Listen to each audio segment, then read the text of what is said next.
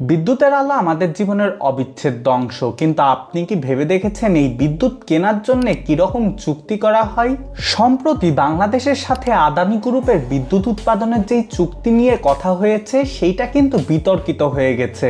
আজকে মূলত আমরা এই ভিডিওতে জানবো বিদ্যুতের শর্তাবলী এবং এর প্রভাব, কেন এই বিদ্যুৎ আলোচনার বিষয় হয়ে পড়েছে আদানি গ্রুপের সাথে।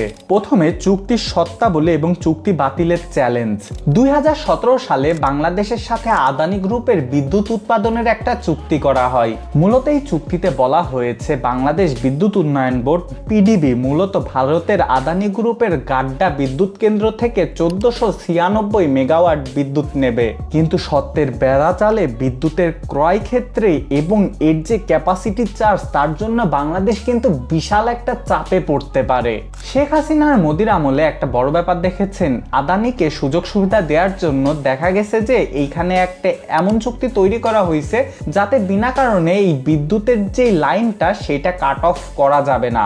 আর যদি এই জিনিসটা কাট অফ করাও হয়, বিদ্যুৎ বন্ধ করে দেওয়া হয় ওই গ্রুপের থেকে নেওয়া, তাইলে 34% বিদ্যুতের দাম পরিশোধ করতে হবে বাংলাদেশকে। আর এই বিদ্যুৎ বিল পরিশোধের পরিমাণটা 1-2 বছরের জন্য না, পরের 25 বছর ধরে পরিশোধ করতে হবে।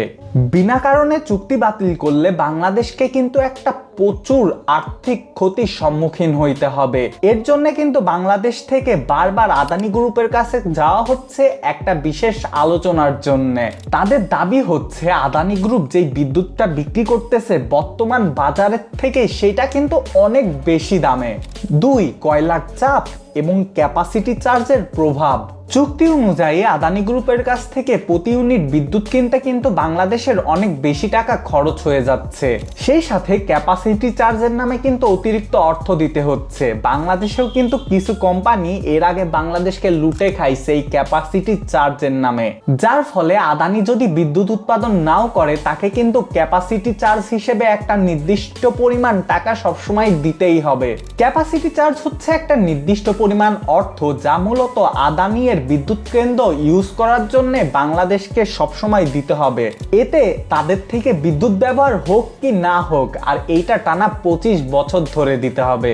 আলোচনা ও ভবিষ্যৎ পদক্ষেপ। বর্তমানে বাংলাদেশ সরকার কিন্তু আদানির সাথে এই বিদ্যুতের চুক্তি নিয়ে কথা বলার চেষ্টা করতেছে। তারা মূলত ক্যাপাসিটি চার্জটা কমানোর চেষ্টায় আছে, কিন্তু এখনো কিন্তু এই আলোচনার কোনো ফলাফল পাওয়া যায় নাই। বিশেষজ্ঞদের মতে এই চুক্তি কিন্তু বাংলাদেশের অর্থনৈতিক ক্ষেত্রে একটা বিশেষ চাপ সৃষ্টি করবে। মূলত বিদ্যুতের দাম প্রচুর পরিমাণে বেড়ে যাবে। এর ভুক্তভোগী হবে মূলত মধ্যবিত্ত এবং নিম্নবিত্ত পরিবার। তাদের বিদ্যুতের যে একটা খরচ সেই জিনিসটা কিন্তু বৃদ্ধি পাবে। বাংলাদেশের জনগণের ভিতর কিন্তু এখন এই জিনিসটা নিয়ে বিশেষভাবে আলোচনা চলতেছে। মূলত বাংলাদেশের কোনো স্বার্থ রক্ষা না করে আদানি গ্রুপ এবং ভারতের স্বার্থ রক্ষা করতে কি এইরকম কোনো চুক্তি করা হয়েছে নাকি, সেইটাই এখন মূল ব্যাপার। অনেকেই চাইতেছেন যে চুক্তির একটা নতুন শর্ত তৈরি করা হোক এবং বিদ্যুতের দাম জনগণের কাছে সহনীয় পর্যায়ে আনা হোক।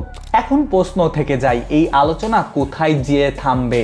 মূলত বাংলাদেশে কিন্তু এখন নিচের দিকে, তার মানে ডাউন টু আর্থ রয়েছে, কারণ বাংলাদেশের কিছু করার নাই। তাদেরকে কিন্তু চুক্তি মানতেও হইতে পারে যদি তারা নতুন কোনো চুক্তি না আনে। মূলত শেখ হাসিনার সরকারই এই জিনিসটা করে থয়ে গেছে, আদানি গ্রুপকে বেশি দিয়ে গেছে। শেখ হাসিনা একটা কথা বলছিল, ভারতকে আমি যা দিয়ে গেছি তারা সারা জীবন মনে রাখবে। আসলেই এমন কিছু, এর জন্যই কিন্তু ভারতে এখনো সে রয়েছে, ভারত থেকে তাকে কিন্তু দূরে সরাইয়ে দিচ্ছে না। জনগণ কি এই অর্থনৈতিক চাপের থেকে মুক্তি পাবে?